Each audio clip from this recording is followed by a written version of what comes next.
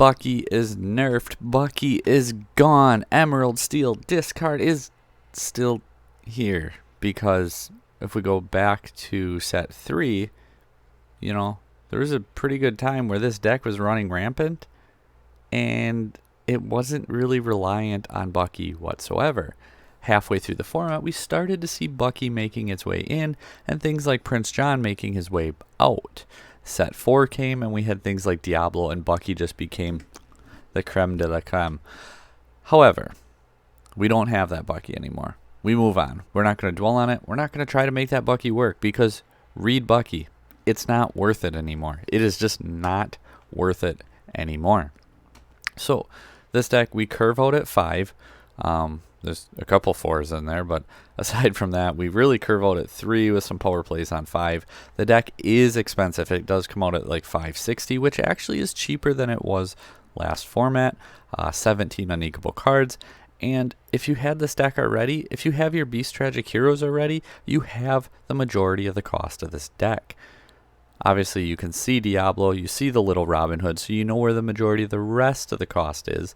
You know, you're looking at like 180 for a playset, or not 180, 150 for a playset of Robin Hoods, 120 on the Diablos, like 170 on the Beasts. So those 12 cards are going to run you up pretty much the cost of the deck.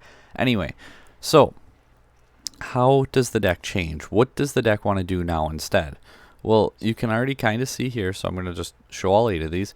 We see Lucifer here. We got 2 Lucifers. So Lucifer being one of your discard cards. And we have Ursula, Deceiver of All. So guess what that means? If you don't know already, but if you do, then you do. Like I said, double singing Bibbidi Boppity Boo, especially with something like a Lucifer, it just completely empties your opponent's hand so quickly. Because you play your Lucifer and they're like, oh, well, I'm going to discard 1 action card instead of 2 cards. And then you Bibbidi the Lucifer and you bounce it and you play it again. And they're like, okay, now I discard 2. Or heaven forbid, they have an action card, they discard that. But if you sang Bibbidi with Ursula, you play it again, you bounce Lucifer, you play Lucifer. Now they either had to discard 3 action cards or 4 cards, or they just lose their whole hand still. I will say, as opposed to the Bucky version, this deck does not keep their hand empty as well, because you don't have to just play Floodborn, play Floodborn, play Floodborn to just keep their hand emptied, right? It does really good at emptying it quick, and then you're just ahead on resources. But I do think the deck also, because of that, can win in different scenarios a little bit better, because this deck is not reliant on Bucky whatsoever. It'd be weird if it was, because we're not playing Bucky. We're playing 4 Diablos, still the little one. Hand knowledge is still incredibly important, and shifting Diablo on 2 is still very, very strong. You get immediate advantage because you can quest or you can sing, and then you can also go ahead and get that free draw as soon as your opponent draws for turn, so it replaces a card you have to discard. And if they don't answer it right away, it just starts to snowball and gain you so much advantage. So I still think it's correct to play the Diablo shift line. Robin Hood is still incredibly strong as well. Ursula Deceiver songs are never not going to be good. Seeing your opponent's hand, never not going to be good. So her at 4, almost said 3, 4 Diablos. Just the 3 Prince Johns. My first list of this, by the way, too, I was actually on Merfolk Flynn. So it's like, oh, if you hit that Merfolk Flynn, Prince John line. And I'm like, just as I kept building the deck and building it, I'm like, yeah, I got to make cuts. I got to move this, change this, do this. And I'm like, I don't think I can keep that in. And Flynn stayed in for a lot longer than Merfolk did, especially being uninkable. But I'm like, I really want room for Pete. I want room for some other techs. And Flynn Rider had to come out because I don't think the deck needs to be aggro. I think you just empty your opponent's hand and then you just overwhelm them with where your advantage is at. And if you get Prince John down, guess what? You're drawing cards while they're discarding, just further putting your advantage ahead. As far as Ursula versus Prince John, always play the Ursula on 3, Prince John on 4, because then you can like double sing Sudden Chill, discard 2, you draw 2. There's really no reason not to.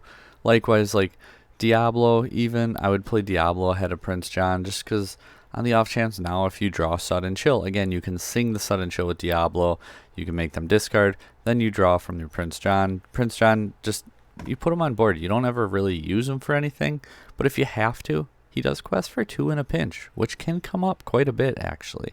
Not saying you're going to want to, but you can. So then we have 3 Game Referee Pete.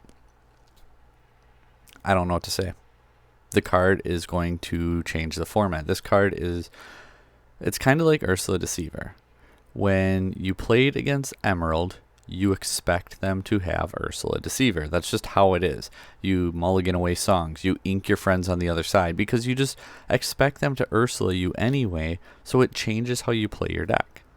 Pete's going to do that same thing. I think there's too many actions. There's too many good decks that use actions. We can't just go away from them. However, a deck like this probably is going to struggle into, say, Ruby Fassa, because they don't really play songs. They don't really play actions. I'm just saying, right there cuts 7 of my cards and makes them not very good. So maybe Ruby Fassa is a good answer if this deck becomes too popular. I don't think it's going to. I have this as a low tier A, maybe tier B deck. I think it stays in tier A, I really do. But maybe it falls back into that upper tier B. It's hard to say this. Ursula double singing Sudden Chill, Storm Rage on, Strength of the Raging Fire. They're such strong power plays. The discard mechanic is still so strong, although I think Lemon Lime does do it better. 2 Lucifers. The deck just has so much good toolbox. You have Beast Hardheaded for item removal. He's Medusa proof. Quest for 2. Then Tragic Hero is just a great card to top deck. Brings you right back into a game if they can't put damage on it. So now you're drawing 2 cards. Robin Hood, great shift target. Just everything about it is good. And then we get to our actions. Another new card. Hypnotic. Actually, do we have any new characters? Yes, we did. Pete. Pete. So 4 actions. Hypnotic, Deduction. I really like this card. So you draw 3 cards. Put 2 from your hand to the top of your deck in any order. So let's say, what cards did you put back, right? The only time it sucks is when you have a bad uninkable card in your hand that you don't want. So let's see. We just went through the whole deck. I guess we don't have bad uninkable cards, so we're set there. The worst case scenario is something like a Prince John or a Lucifer might potentially clog up in your hand. However, anything else you don't want. Oh, you don't want that beast. Well, you can keep it in your hand and ink it and put, say, your Robin Hood back onto your deck because you're just going to draw it next turn anyway, and then you have it when you need it. You can't use Beast on 3. You can't use Beast on 4. Put Beast back on your deck and draw it on turn 3, turn 4, turn 5, wherever you're at. Draw your 3 cards. Put your cards that you need in a couple turns back on your deck because you're going to get them back anyway.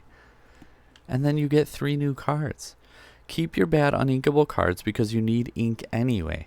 The only things, like I said, that are going to stink are, say, Prince John or Lucifer. But if you have to bury them, you bury them. You know you're going to draw them. Try to figure out how you're going to maximize their effectiveness then, since you can kind of think it over. But drawing 3 cards is so strong on turn 2. 16 songs. So we play 4 Sudden Chill, 2 Bibbidi, 4 Storm Rage on, and 2 Strength. This gives us 12 cards that Ursula can, can double sing. We have also 2 Zeus and 2, we don't talk about Bruno. I almost said Along Came Bruno. Definitely getting those 2 cards mixed up. I still like both these cards. Locations are really strong. You get rid of their hand, and this essentially acts as removal too. Otherwise, there's still always a chance it's removal. It still slows tempo. I think both of these decks both of these cards are very strong in this deck. And then lastly, just 2 Prince John's Mirror. I don't think you need more.